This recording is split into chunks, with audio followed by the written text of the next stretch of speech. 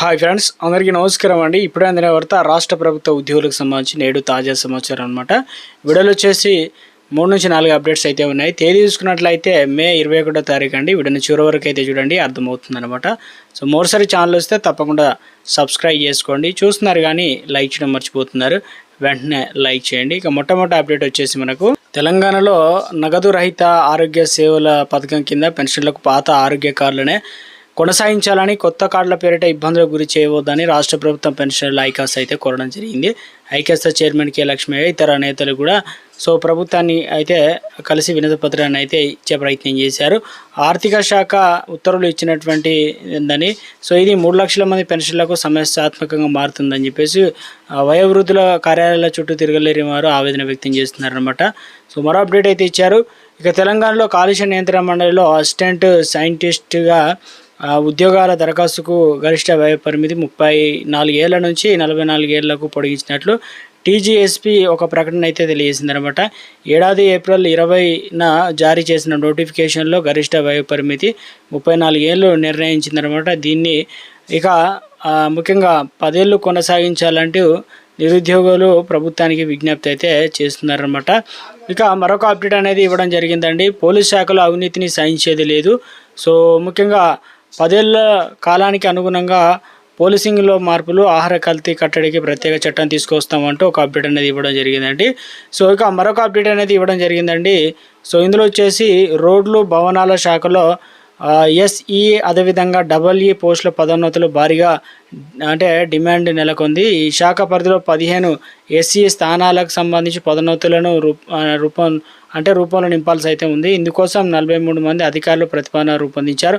మరో 13 స్థానాల్లోనూ డబల్ఈ స్థాయి పదోన్నతులు చేపట్టనున్నారు. ఇందుకోసం 81 మందితో జాబితాను తయారు చేశారన్నమాట. ప్రాధాన్య క్రమంలో జాబితా సిద్ధం చేసినటువంటి అనంతరం పదోన్నతుల దసరం బుధవారం రాష్ట్ర ప్రభుత్వ ప్రధాన కార్యదర్శి వద్దకైతే చేరినట్లు సమాచారం అన్నమాట. అప్డేట్ అనేది ఇవ్వడం జరిగింది. మొత్తం 15 ఎస్ఈ పోస్టులు 14 మాత్రమే ప్రస్తుతానికి పదోన్నతుల రూపంలో భర్తీ చేయనున్నట్లు ఇక ఒక అప్డేట్ అయితే రోడ్లు భవనాల శాఖలో పదోన్నతులపైన కసరత్తు అంటూ ఒక అప్డేట్ అయితే ఇవ్వడం జరిగిందనమాట. పైరవీలు షురూ చేశారు. అదేవిధంగా డబల్ఈ నియామకం అనేది ఎక్కడ జరుగుతుంది ఏంటంటే కూడా ఇచ్చారు. సిరిసిల్ల, వనపర్తి, నిర్మల, ఆసిఫాబాద్, సిద్దిపేట, కొత్తగూడెం, ఖమ్మం, వికారాబాద్, మేడ్చల్, మల్కాజ్గిరిలో అయితే ఇవన్నీ కూడా చేపట్టబోతున్నట్లు ఒక అప్డేట్ అనేది ఇవ్వడం జరిగిందండి. మరో అప్డేట్, జీతం నుంచే నేరుగా మ్యూచువల్ ఫండ్లోకి ఏంటిదంటే మ్యూచువల్ ఫండ్లో పెట్టుబడుల విధానాన్ని మరింత సులభతరం చేసే దిశగా మార్కెట్ నియంత్రణ సంస్థ సెబీ కీలక అడుగు అయితే వేసింది.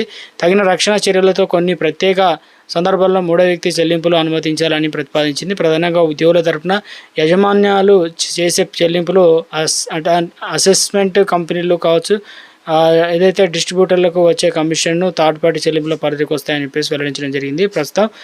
ఇక జీతం నుంచి మ్యూచువల్లోకి ఫండ్లోకి వెళ్లేందుకు గాను ఒక అప్డేట్ అనేది ఇచ్చే ప్రయత్నం చేయడం జరిగిందనమాట. మరో అప్డేట్ అయితే రావడం జరిగిందండి.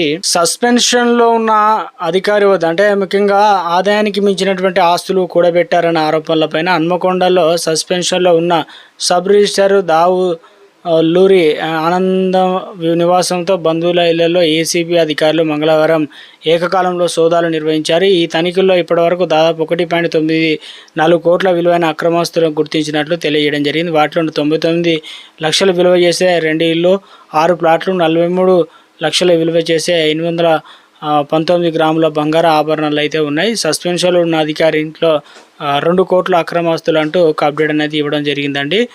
హన్మకొండ, ఖమ్మం జిల్లాలో చేపట్టిన సోదాల్లో గుర్తించిన ఏసీబీ అధికారులు ఇక రాష్ట్ర ప్రభుత్వం ఇచ్చినటువంటి బదిలీ ఆదేశాలను బేఖాతరు చేస్తూ డిప్యూటీ కలెక్టర్లు రెవెన్యూ శాఖ సస్పెండ్ చేసింది. ఎందుకంటే హెచ్ఎండిఏలో డిప్యూటేషన్ పనిచేస్తున్న డిప్యూటీ కలెక్టర్ షర్మిల ఇటీవల జరిగిన బదిలీలో భాగంగా ఆదిలాబాద్లో ఉట్నూరు ఆర్డీఓ బదిలీ చేశారనమాట. దీంతో పాటు ఆమెకు ఓటర్ జాబితా ప్రత్యేక సవరణ అయితే ప్రక్రియలో భాగంగా ఆదిలాబాద్ జిల్లా ఎలక్ట్రో రిజిస్ట్రేషన్ అధికారి బాధ్యతలకు అయితే అప్పగించే ప్రయత్నం చేశారు. ఈ నెల 4వ తేదీన జరిగిన బదిలీ అనంతరం ఇప్పటివరకు ఆమె బదిలీ అయిన స్థానంలో రిపోర్ట్ చేయలేదన్నమాట. దీంతో ఆమెను సస్పెండ్ చేసినట్లు రెవెన్యూ శాఖ కార్యదర్శి అయితే తెలియడం జరిగిందనమాట. ఒక అప్డేట్ అనేది ఇచ్చే ప్రయత్నం అయితే చేయడం జరిగిందండి. ఇక మరొక అప్డేట్ అయితే ఇచ్చడం జరిగిందండి. ఏటా బీఈడీ ప్రవేశాలలో 90% పైగా ఇతర రాష్ట్రాలకు చెందుతున్న విద్యార్థులు లక్షల్లో ఫీజులు వసూలు చేస్తున్నట్టు ఇక ముఖ్యంగా ఉపాధ్యాయులు అధ్యాపకులు లేకుండా రాష్ట్రంలో బీఈడీ కళాశాల నిర్వహణ అంటూ ఒక ఆర్టికల్ అనేది ఇచ్చే ప్రయత్నం అయితే చేయడం జరిగిందండి. ఇక మరొక అప్డేట్ ఇచ్చారు. కేంద్ర రాష్ట్రాలకు సంబంధించి మంత్రిత్వ శాఖలు, ప్రభుత్వ రంగ సంస్థల విభాగాల్లో ట్రిబ్యునల్, రెగ్యులేటరీ వంటి ప్రభుత్వ ప్యానెల్లో పబ్లిక్ ప్రాసిక్యూటర్, న్యాయ సలహాదారులు, గవర్నమెంటల్ ప్లీడర్లు, అంటే ఇక వంటి పోస్టులో మహిళా న్యాయవాదులు 30% రిజర్వేషన్లు కల్పించాలంటే దాఖలైన పిటిషన్ సుప్రీంకోర్టు స్పందించింది. సో ఇక ప్రభుత్వ న్యాయ విభాగాల్లో 30% కోటా తేల్చండి అంటూ ఒక అప్డేట్ అనేది ఇవ్వడం జరిగిందనమాట. సో మొత్తం మీద అయితే ఒక అప్డేట్ అనేది ఇచ్చే ప్రయత్నం చేశారు.